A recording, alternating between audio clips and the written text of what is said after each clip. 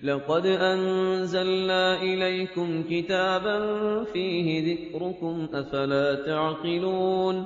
ہم نے تمہاری طرف ایسی کتاب نازل کی ہے جس میں تمہارا تذکرہ ہے، کیا تم نہیں سمجھتے؟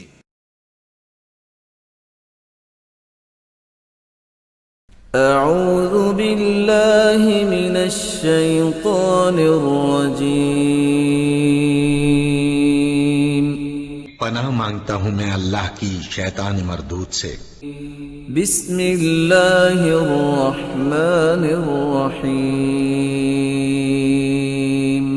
شروع اللہ کا نام لے کر جو بڑا مہربان نہایت رحم والا ہے۔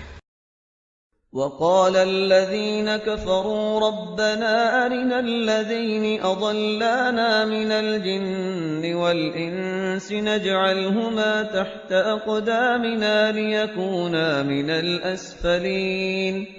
إن الذين قالوا ربنا الله ثم استقاموا تتنزل عليهم الملائكة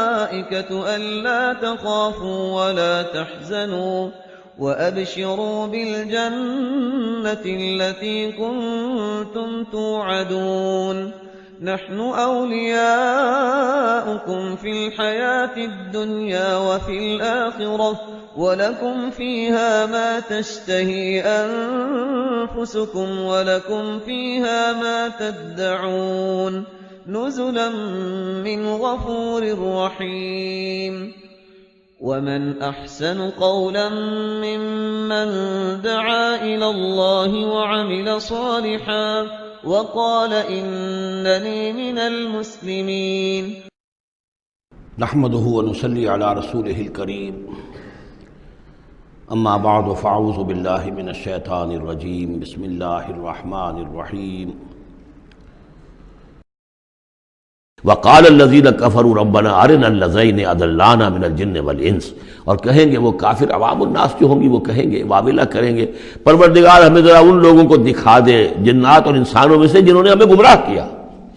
جو ہمیں روکتے رہے، جو ہمارے راستے میں آڑ بن گئے، جنہوں نے ہماری عقلوں پر پردے ڈال دیے، ذرا ان کو ہمارے سامنے لا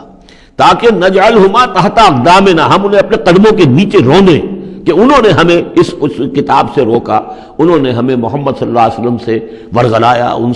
ان کے بارے میں طرح طرح کے شکوک و شبہات ہمارے دلوں میں پیدا کیے، اور اس دعوت سے ہمارے اور اس دعوت کے مابین آڑ بن گئے، روک بن گئے۔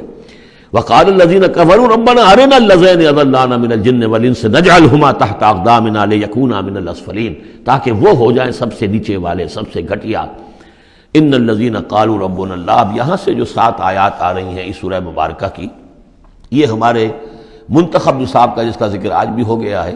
اس کا جو پہلا حصہ ہے اس کا یہ چوتھا درس ہے۔ پہلے حصے میں 4 درس ہیں، اور میں نے عرض کیا تھا آپ کو کہ اس میں ہے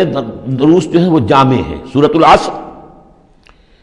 نجات کے لیے 4 شرطیں بیان کر رہی ہیں، والعصر ان الانسان لفی خسر الا الذین آمنوا وعملوا الصالحات وتواصوا بالحق وتواصوا بالصبر۔ یہ سب سے چھوٹی صورتوں میں سے 3 ہی صورتیں، 3 آیتوں کی، ان میں سے ایک یہ ہے۔ پھر یہی مضمون آیت البر،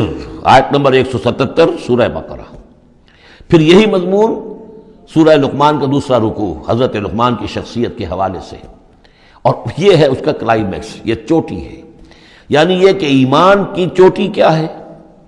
اور تواصی بالحق کی چوٹی کیا ہے، اور تواصی بالصبر کی چوٹی کیا ہے۔ چوٹی ہر ایک شے کی کیا ہے، وہ ہے کہ جو یہاں آ رہی ہے، کلائمیکس۔ اور اسی کے عین درمیان میں یہ جو سمجھیے کہ یہ ہیرا ہے، یہ ایک بہت بڑا ہیرا ہے کہ جو اس ہار کے اندر لٹکا ہوا ہے، یہ 7 آیات کا، اور بالکل درمیان میں وہ آیت آئے گی کہ جو اس صورت کا عمود ہے۔ ان الذین قالوا ربنا اللہ ثم استقاموا، بے شک وہ لوگ جنہوں نے کہا ہمارا رب اللہ ہے پھر اس پر جم گئے۔ یہ استقامت میں قیامت ہے، قیامت مضمر ہے۔ اللہ کو کہہ دینا کہ میں نے اللہ کو مانا آسان ہے، اس پر جم جانا آسان نہیں ہے۔ جم جانے کا مطلب یہ کہ دل بھی ٹھک جائے، توکل بھی اسی پر ہو، اس کی رضا پر انسان راضی رہے، کوئی شکوہ شکایت اس کے کسی فیصلے کے خلاف اپنے دل میں نہ پیدا ہو، اور پھر یہ کہ اللہ تعالیٰ جو حکم دے رہا ہے اس کو بجا لائے انسان تن من دھن کے ساتھ۔ ان صلاتی و نسکی و محیایا و مماتی للہ رب، ٹھکنے کا مطلب تو یہ۔ اسی کے لیے حضور سے بھی ایک مرتبہ کسی ایک صحابی نے یہ سوال کیا تھا، حضور میں زیادہ لمبی چوڑی باتیں نہ سمجھ سکتا ہوں نہ یاد رکھ سکتا ہوں، مجھے تو اسلام کی حقیقت اور دین کی حقیقت ایک جملے میں بتا دیجئے کہ اسے میں گرہ سب باندھ لوں۔ آپ نے فرمایا قل آمنت باللہ ثم استقم، کہو کہ میں اللہ پر ایمان لایا اور پھر جم جاؤ۔ اب جم جانے میں استقامت میں قیامت ہے۔ جن کا اطمینان ہو کہ میرا رب اللہ ہے، اب ان کا دیکھیے مقام کیا ہے، یہ ہے ایمان کی چوٹی، الا الذین آمنوا وعملوا الصالحات۔ ایمان اور عمل صالح کی چوٹی یہ ہے کہ آپ کا دل ٹھک جائے کہ میرا پروردگار، میرا حاجت روا، میرا پالنے والا، میرا مشکل کشا، مجھے مصیبتوں سے نجات دلانے والا، مجھے شفا دینے والا اللہ ہے۔ اس پر دل مطمئن ہو جائے۔ ان الذین قالوا ربنا اللہ ثم استقاموا تتنزل علیہم الملائکہ، ان پر فرشتوں کا نزول ہوتا ہے۔ اللہ تخافوا کہ ڈرو نہیں، ولا تحزنوا اور غمگین نہ ہو، وابشروا بالجنۃ التی کنتم توعدون، خوشیاں مناؤ اس جنت سے جس کا تم سے وعدہ کیا جاتا رہا۔ اب یہ جو نزول ہے ملائکہ کا، یہ موت کے قریب تو سب کے نزدیک متفق علیہ ہے، لیکن دوران حیات دنیاوی بھی فرشتے آتے ہیں، بدر میں آئے ہیں۔ ان ثبت الذین آمنوا، اللہ نے فرشتوں کو بھیجا کہ اہل ایمان کو جماؤ، تو یہ اثناء حیات میں بھی نحن اولیاؤکم فی الحیات الدنیا والآخرہ، ہم تمہارے ساتھی ہیں دنیا کی زندگی میں بھی اور آخرت میں بھی۔ اس سے خود ثابت ہو رہا ہے کہ دنیا کی زندگی میں یہ ان کو پیغام دیا جا رہا ہے جاں فضا، وَلَكُمْ فِيهَا، اور آخرت میں تو تمہارے لیے ہے وہ سب کچھ ما تشتہی انفسکم، جو کچھ چاہیں گے تمہارے جی نفس۔ جتنا کچھ ہم نے تمہارے نفس کے اندر تقاضے رکھے ہیں، ہم سے بڑھ کر کون جانتا ہے، ہم نہیں رکھے ہیں نا۔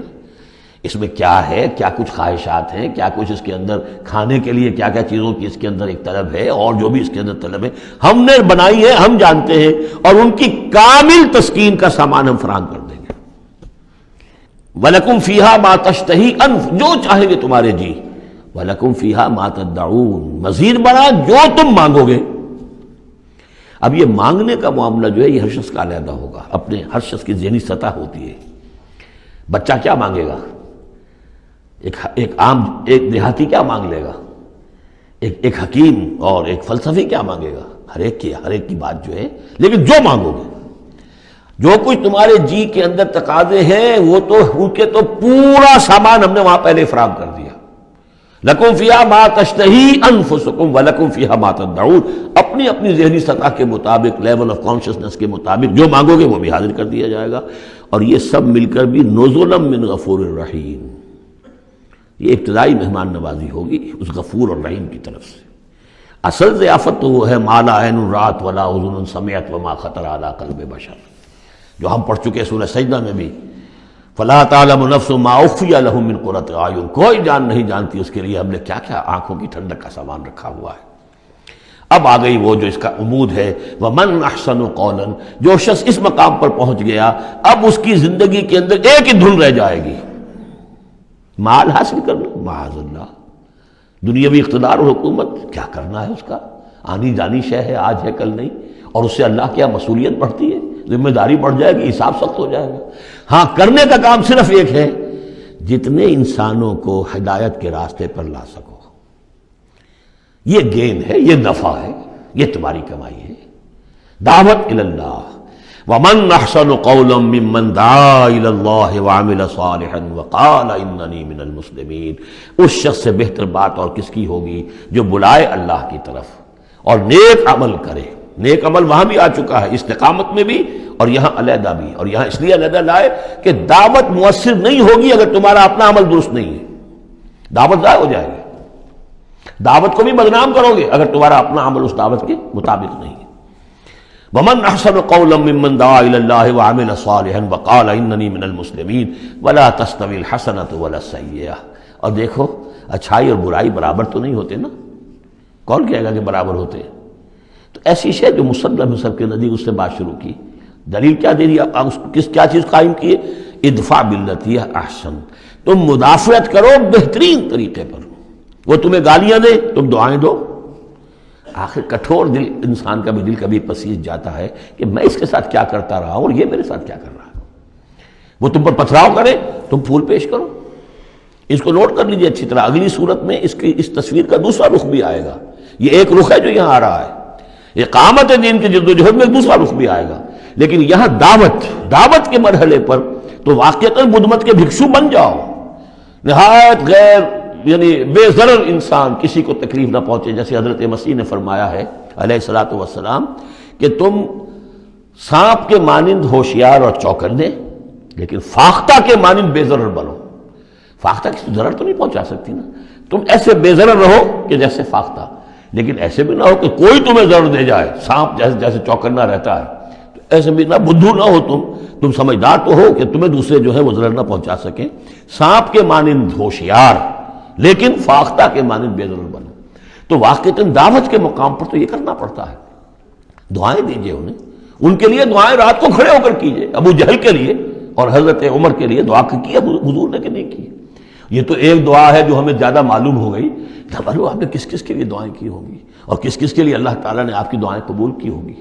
تو یہ ہے دعوت کا مقام۔ تو توحید انفرادی سطح پر دو اس کے رخ آ چکے، سورہ زمر عبادت اللہ کی، اس کے لیے اپنی اطاعت کو خالص کرتے ہوئے، اسی کا داخلی پہلو دعا اللہ سے، اسی کے لیے اپنی اطاعت کو خالص کرتے ہوئے۔ اب یہاں سے فرد سے یہ نکلے گی، وہ دوسرے افراد تک جائے گی، متعدی ہوگی یہ دعوت، تاکہ اب ایک جماعت وجود میں آئے، گروہ وجود میں آئے، جو سورہ آل عمران میں ہم نے پڑھا تھا وَلْتَكُن مِّنكُمْ أُمَّةٌ يَدْعُونَ إِلَى الْخَيْرِ وَيَأْمُرُونَ بِالْمَعْرُوفِ وَيَنْهَوْنَ عَنِ الْمُنكَرِ۔ جماعت ہوگی تو یہ کام کرے گی۔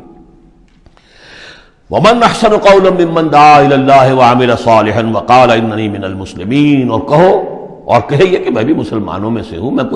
میں اپنے آپ کو کوئی یہ بہت زوم نہیں ہے، کوئی میرا کوئی دعویٰ نہیں ہے، میں بھی عام مسلمان ہوں۔